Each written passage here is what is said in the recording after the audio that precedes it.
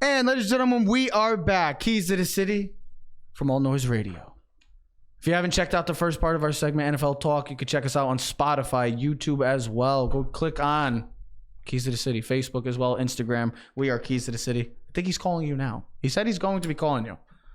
I'm waiting on his call. But before he calls, we'll talk. We'll discuss. Postseason play is underway, officially underway. And there were some great games early on in the week. The National Wild Card was a great one. And the AL Wild Card was a bit of a surprise. And he's calling. Here we go. Joseph, you are on Keys to the City. I know you're not here in person, but guess what? We still managed to get the greatness of Joe Aguiar here. I'm so glad we were able to do that.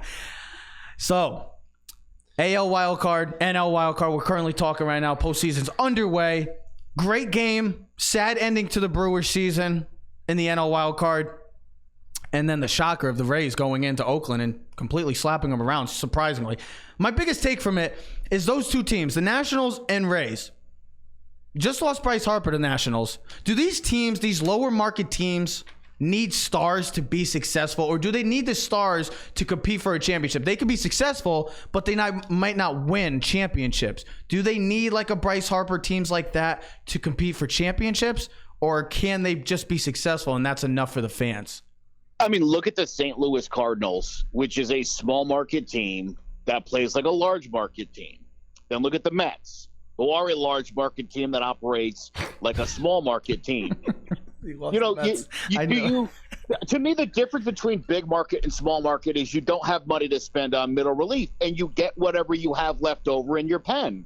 For the Rays, that worked out great this year. Mm-hmm. For the Dodgers, big market team, it didn't. So there's not much, look, every team's owned by a billionaire and every team has the same resources. There's revenue sharing and all that. I mean, it's you need big stars on your team, though. I mean, the Paul Goldschmidt home run yesterday, that turned that whole thing around. So, yeah, they need the stars to win championships, but they could still be successful without – is that what you're saying? They could still be successful without the superstars. Difficult. Well, I mean, look at the Twins, for example. So that's another team. So the Yankees are playing the Twins, right? They've always been a competitive team, but this year they've done it really without any big-time stars. Now, Nelson Cruz might be their biggest name star on their roster, and that's the thing. What is the difference between them and the Rays? Or what is the difference between them and a team like the Phillies? What's the difference between them and the Phillies? Well, the Phillies that went all out and got the big contract, get Realmuto. Because they get superstars Harper. don't win you games. Teams win you games. That is correct. And what I mean by that is you're 100% right. Team like you're 100% right. Nationals still had Anthony Rendon, still had Juan Soto, still had Ryan Zimmerman, still had Strasburg, Corbin, Scherzer. So they have pieces. That's what you need. You need the right pieces, the right connection. Because look at the Yankees. Joe, I'm not taking away, but I said this to Trev the other day. Everyone talks about the Yankees and how much the Yankees payroll and they pay. I said, go through the Yankees infield, right? Who are they paying? Who's their big time payer? DJ LeMahieu for 2 years. DJ LeMahieu is their biggest guy. For $20 million. Torres makes nothing. Didi's not making much yet. Gio's not making. Sanchez hasn't got paid yet. Let's go to the outfield. Judge doesn't make anything. Gardner's on a 1 year, $9 million deal. Oh, I'm sorry. And Stanton makes the big money. That's not because of the Yankees. That's because the Marlins chose to pay him and the Yankees took on his contract. So you want to talk about all these high priced players on the Yankees. Who are they? That's just Yankee naysayers. Where are the high-priced players? But let me ask you this: Does the Marlins not having Giancarlo Stanton make them a better or worse team? I mean, they were still when Stanton was there, they were like a 500, maybe a little less 500. Now they're one of the worst teams. Now they're one of the worst teams in baseball. So for the money that they were paying him, it probably would have been worth, another 40 homer season, him slugging away at, especially in August. Mm-hmm. And another September, when they're way out. I mean, it at least would bring some fans in. And no postseason. There's no reason to watch. But look, I'll give the Minnesota Twins a lot of credit because they did what they've always done, what they did in the 80s and what they did again in the 90s, where they developed guys in the minor leagues. They brought the guys up. They let some of those. I mean, 2 years ago, everybody thought Miguel Sano was finished. That's true. And now look how that turned out. Yeah. You know, Max Kepler finally turned into a hitter. You know, the shortstop too. I mean, you know, Polanco. they've had a lot of guys Jorge at the right Jorge time. Polanco. Yeah, he's been great for them too. Polanco. Yeah, I mean, but Eddie Rosario. I mean, been Nelson great. Cruz. I mean, they got 5 guys that hit over Mitch 30 home runs. McGarver has been great. They got players all up that not many fans, like the average baseball fan, the typical baseball fan now, would not know the Twins lineup. They took Marwin Gonzalez from the Astros, a utility player that can play multiple positions, and they found right pieces. They have a lot of nice pieces, but they don't have like that superstar like the Angels do, or like Harper, Machado. They don't have that stuff. So let's get into the reaction of last night's games quick, because we know who won the wild cards. You know, I was shocked that the Rays won the way they won. And of course, the Nationals game was, listen, they should have not won. Quick thing about the Nationals: should they be worried about Scherzer the way he pitched the other night? Well, I mean, has Scherzer ever really pitched well in the postseason? No, not really. He's not the same dominant pitcher as is in the regular season. That's all I wanted to ask you about that. You know who is dominant in the postseason? Strasburg. Do you see his numbers? He's 0.38. That's all. No, that's what I wanted to ask He's about only the given up Nationals. 1 run in 22 innings. Especially getting the way they played last night, getting only 1. They only had 2 hits in the game last night. Got lost. They had a hit late in the night. Yeah, they lost 6-0. They got destroyed last night. Dominated. But then you see Scherzer have a struggle in the wild card game. I picked the Nationals. I was high on the Nationals coming into this postseason. So we'll see what happens with that. Must-win game 2 tonight. Oh, yeah, of course. It's a must-win game for them. Must-win. Strasburg's going tonight. It's a must-win game for the Braves, too. Speaking of games yesterday, what the hell was Acuna doing? I see the home run, almost thinking it's a home run. He's not hustling. This is a multiple-time occasion that he's been doing this.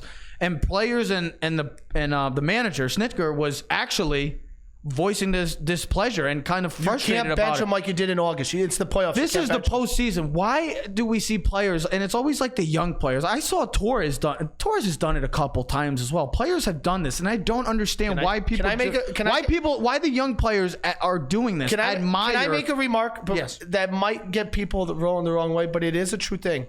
It's a lot of the Latin-born players, because it's a little charisma. It's the thing that they do down in their country. Look at it. They're lackadaisical. It's not a lot of the American-born players. It's a lot of the Latin-born players. Think about it. They're lackadaisical. It's like lackadaisical. Kleber. You know, you could chalk that up to being young, I think, and inexperienced and a little immature. It is. It's a Caribbean player. They're young. They're young, immature players. Because the Latin American players have a little more charisma to them. They come in with a little more spunk to them. That's the way they play down. If you watch the games when they show, like, when in the winter when they play down there, there's a little more flip of the bats. There's a little more hot. Listen, it's the way they play. There's nothing wrong with it. That's the way they play their game. Okay. Joe, go ahead. Well, again, I chalk it up to being young and stupid. You know, you're in a moment. Look at the way he flipped the bat in the ninth. Acuna? He hit a home run too. Yeah. It didn't humble Acuna one bit. Did you see how he rounded third base? No. Yes. It was like a dance move. He like juke and jive and they were still losing. Yeah. I don't get why players do that in general. In all the sports. Still celebrating when you're losing. You're losing and you're celebrating. What is wrong with you? They do it all in sports. What was your biggest takeaway though from the games last night? That even the Dodgers game as well. I mean, Dodgers looked real impressive last night. Well, I think in these series, I think the better teams are going to win. I watched the game last night with our buddy Brian Forster, big Braves fan. Even with the lead, he didn't feel like this team had a big chance to win the series. And again, I think with the Nationals, you guys just mentioned it being a must-win. I think if Strasburg's not a monster tonight and they lose, I think you could pretty much wrap it up. It's going 4, and that'll be it. You know, look, again, we talked about, you know, the Cardinals and the need to have some established players. They've got plenty of them. I think they're the better team. Atlanta's been a little banged up. I think they've exceeded expectations, but I don't think either one of those teams has a chance. You picked the Cardinals, get right? The upset. Didn't you pick the Cardinals? I did. See, and that's opposite of a lot of the MLB experts. Now, listen, we're only saying MLB experts because that's the name tag that they have on their plate when they come on talk on television. That a lot of they're not the ones people playing, thought the Braves were the closest team that could beat the Dodgers going forward in the playoffs. Mm-hmm. Now, it's only game 1. Listen, the Braves could use this. Either they can go in their shell or they can use this as a rallying point and say, hey, listen, let's get behind this young kid. He made a mistake. Let's build. Let's win game 2 and let's move forward. Well, I don't like the pointing of fingers. I don't, I mean, again, you didn't lose because of that. There was a lot of other opportunities for that team to come back and win that game. Luke Jackson, unfortunate he came in. As soon as he came into the game, Brian mentioned how bad it is if Luke Jackson or Josh Tomlin gets into a game. Mm-hmm. Usually you're down a bunch of runs, not winning. And I just don't know that the Braves or the Nationals have complete enough teams because of the lack of bullpen to get by what are more playoff tested and veteran teams. Now it's time to talk about the New York Yankees. The quest for 28. Let's go. Hopefully the quest for 28 starts tonight. Joe, the postseason roster just came out. I mean, I think one of the big names that wasn't on, and Ted's boy, Mikey Ford. What do you think? Is there any takeaways? I mean, you wanted Mike Ford over Voit. He made Voit. They chose Voit. I only said that because of the lefty bat, and I thought he was a little bit more consistent down the stretch, and I think Voit takes too many close pitches. It could be a 1-2 count, and he looks at that inside fast. That's only my perspective. Voigt's earned it, though, too. I'm not going to knock it. I like the playoff roster. I think it's fine. The only, and CC, listen, I'm not going to take away from, but CC, what a true team player. Realizing that he did not want to hurt the team, said, listen, I don't want to put the Yankees in a bad position. Keep me off the roster, and that's a humbling thing. No, that's a pros pro right there. That's why he's a pros pro. He's one of the most well respected players in all the game. Joe, your takeaway from the playoff roster? Any surprises? Look, I think Voigt's done it. He's been there, done that. I think he's been pressing since he came off the injured list. I think he's a surer bet in a big moment than Mike Ford is, and I think at the end of the day, because obviously Ford being a lefty, that was obviously highly weighted, and they made the right decision. Mm-hmm. I'm not crazy about seeing Luis Sessa on that postseason roster. That's your boy. It's not my boy. You think that's a CC thing, though? Probably the reason why he's on I think that was definitely CC's spot. Although Lyons, too. I mean, to me, here's what I'm wondering. I mean, do they consider Lyons like a lefty specialist? Is he going to come up in a big spot in this postseason? He's like a Jason Shreve. Yeah. Again, I don't know. I don't know. I mean, I felt pretty decent about Jason Shreve, and he wasn't that great. Yeah. I don't feel great about Lyons, but I mean, it is what it is.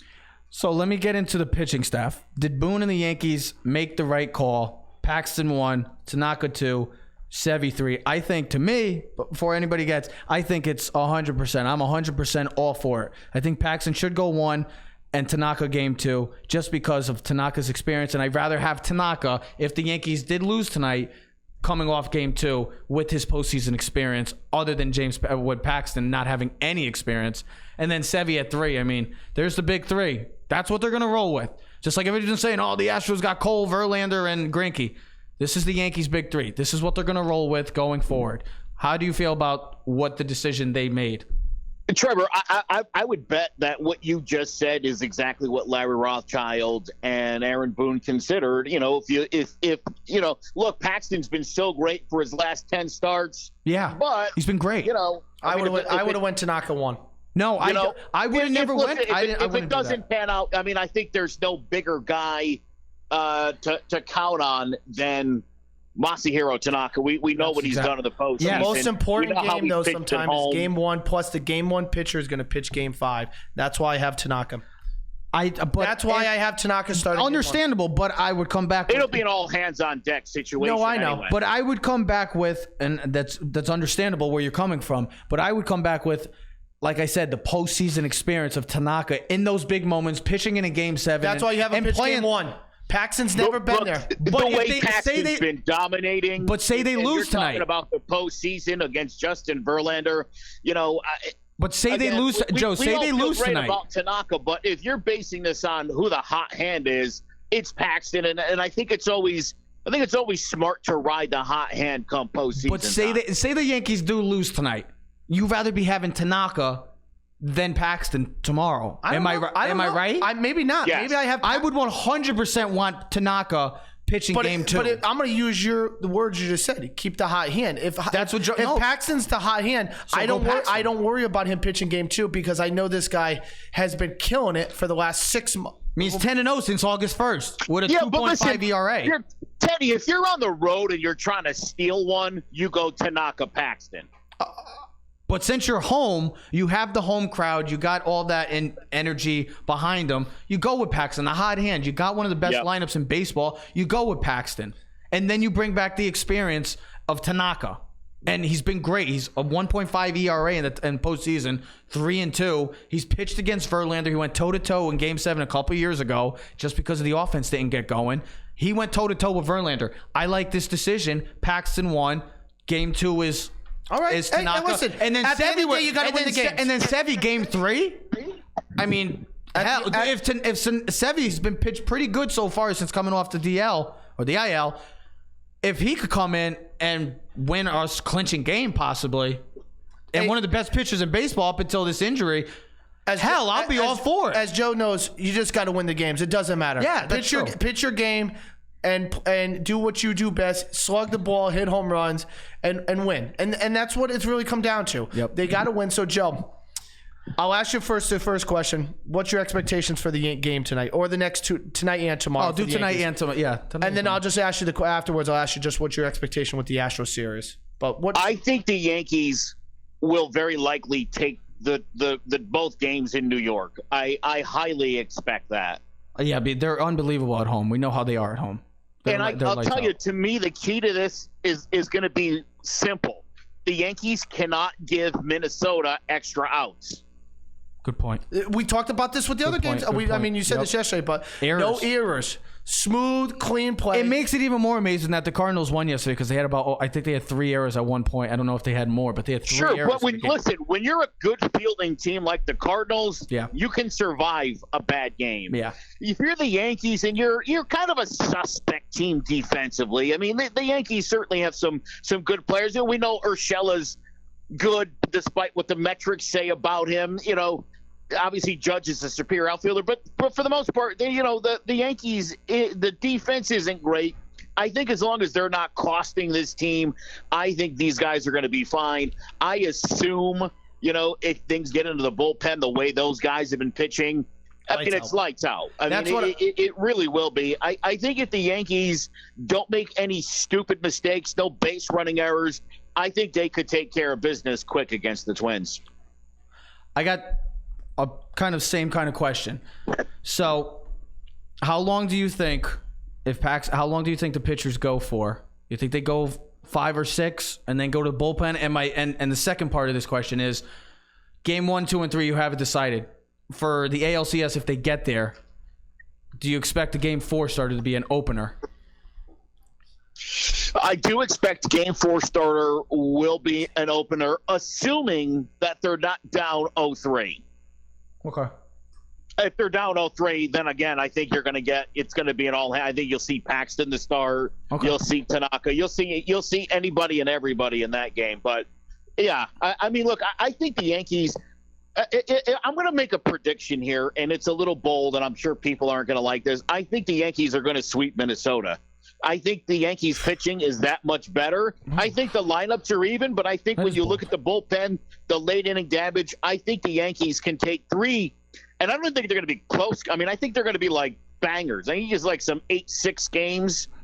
I think you're going to see something like that. But I think the Yankees have too much firepower. You're crazy. That is a bold take. Listen, I don't know if they'll sweep them. I just think this Minnesota tween. Hopefully they play like the Tweens. They're tweens. That's what they are. They're almost a good now. team. Here's the other thing. I mean, you probably read the thing. The owner of the Twins said, "Well, it's time to slay the dragon." So slay the beast.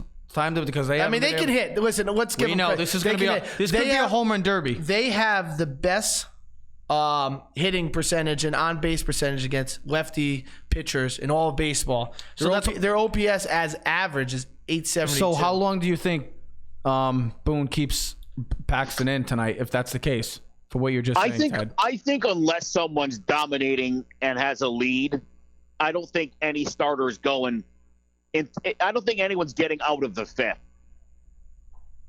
Okay. I think if you're throwing a 2-hit shutout and it's 4-zip, you might make it to the 6th or 7th. But I think if it's 2-0 in the 5th, I wouldn't be shocked if they just go right to the pen. I really think that's the Yankees' mindset. I think it has been for some time. Again, if Paxton's pitching lights out, he'll pitch until he's done. But I think the goal here is to try to get through 5 and get it to the pen. So, listen, we know what you like. You like the Yankees in the sweep. You think a dominant force. I think there'll be a lot of runs scored, too. Let's just ask you the last question. Rays, Astros, prediction. What's your overall feeling? Just what's prediction feeling? I think the Rays have a better shot than people whatever you have to say about the series. I think the Rays have a better shot than people give them. Their bullpen is really good, and their pitching staff is great. And they were lights out the other night, and there is a lot of pressure on this Houston Astros team, because there was an article on ESPN that just said that this might be the best postseason roster ever. There's a lot of hype around this Houston Astros team. They're already the foregone conclusion winners, according to all the experts. They're going to win it all. There's a lot of pressure on this Houston Astros team. I think Tampa will definitely win a game. That's it? Just one game? I think that's all that. Yeah, I think, again, I think at the end of the day, I think Houston's just too good a team. For me, the Yankees and the Astros and the Dodgers are seriously a cut above everybody else. And I think, maybe in a 5-gamer, maybe a miracle could happen. Okay. But I think asking Tampa to win 3 out of 5 is going to be tough. Yeah, that's a tall order for them against really superior pitching and a much better lineup. Okay. Sounds good. Joseph, thank you for joining us as always. I'm glad you got to be a part of the show today. Feel better. Yeah, feel better. Have a great weekend, buddy. We'll see you next week. We'll see how this Sounds Yankees. good. We'll see Go Yankees. Go Yankees. We'll see how it turns out. Ladies and gentlemen, we're taking our final break. When we come back, we will have another caller, Chaz, the big old Kanish, to talk Week 6 predictions. And I'm also going to tell you why I do not think is Clemson a top 4 team right now, currently in college football. And I'm going to give you my explanation of my top 5 rankings last week that I got bashed for. Ladies and gentlemen, you're listening to Keys to the City. We'll be right back, folks.